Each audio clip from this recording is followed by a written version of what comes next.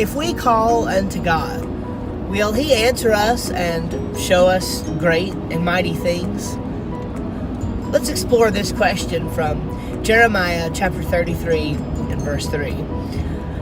Oftentimes, when we have a revival situation or we have a situation in churches where we want to emphasize prayer, sometimes we return to these Old Testament verses to give us quick support for the notion that God will act a certain way or do a certain thing in our lives. And some of the Old Testament prophets sometimes get used this way. There are two examples in Jeremiah where I can think of that this is the most prevalent.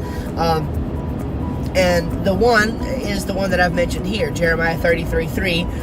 The other one is in Jeremiah 29 and verse 11, where God is with the people of Israel, and He is telling them that they are going to be going into this 70-year-long captivity, but don't worry, I've got a plan for you. And so sometimes that's mistakenly misused and applied to Christians. Now, I certainly want to say that God has a plan for us, but there's a problem with using some of these verses in the Old Testament as justification for that sort of thing. And the same thing happens in Jeremiah 33 and verse number 3. It's actually Jeremiah speaking from prison, as it were, and God talking to Jeremiah, a direct conversation between these two individuals. And God tells Jeremiah, if you call unto me and answer me, or if you call unto me, I will answer you, and I will show you great and mighty things that thou knowest not. And of course, Jeremiah is a prophet. So what is the context relating to us here? What it's saying is that God is going to not answer Jeremiah's prayer, but God is going to answer Jeremiah's call to him so that God can reveal to Jeremiah the prophecy that he wants to reveal. And I don't want to get too much more bogged down with the details than that.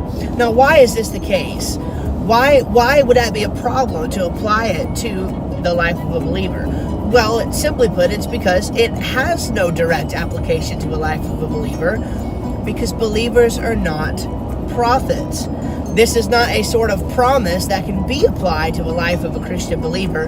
This was something specific that happened in this case for Jeremiah. In other words, this passage in the Old Testament, as many are, is descriptive of something that happened, a particular event. It is not prescriptive as something that can be applied to the life of believers thousands of years later.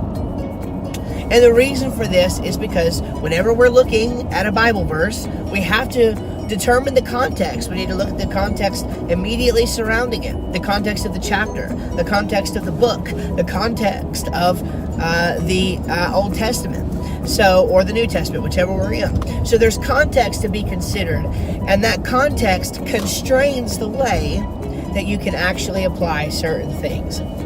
So here's what you need to do. So next time that you are in a situation like that, you see this particular verse that looks like maybe it's something that could be applied to the life of a believer, consider the context.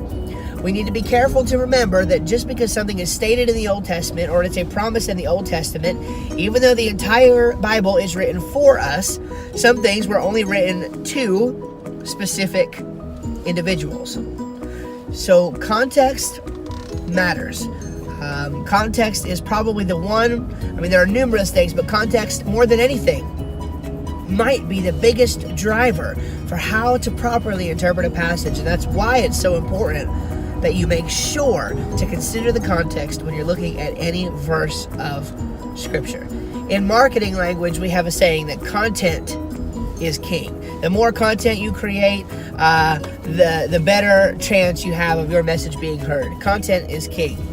I want to apply that to the Scriptures and say that when it comes to interpreting the Bible, context is king.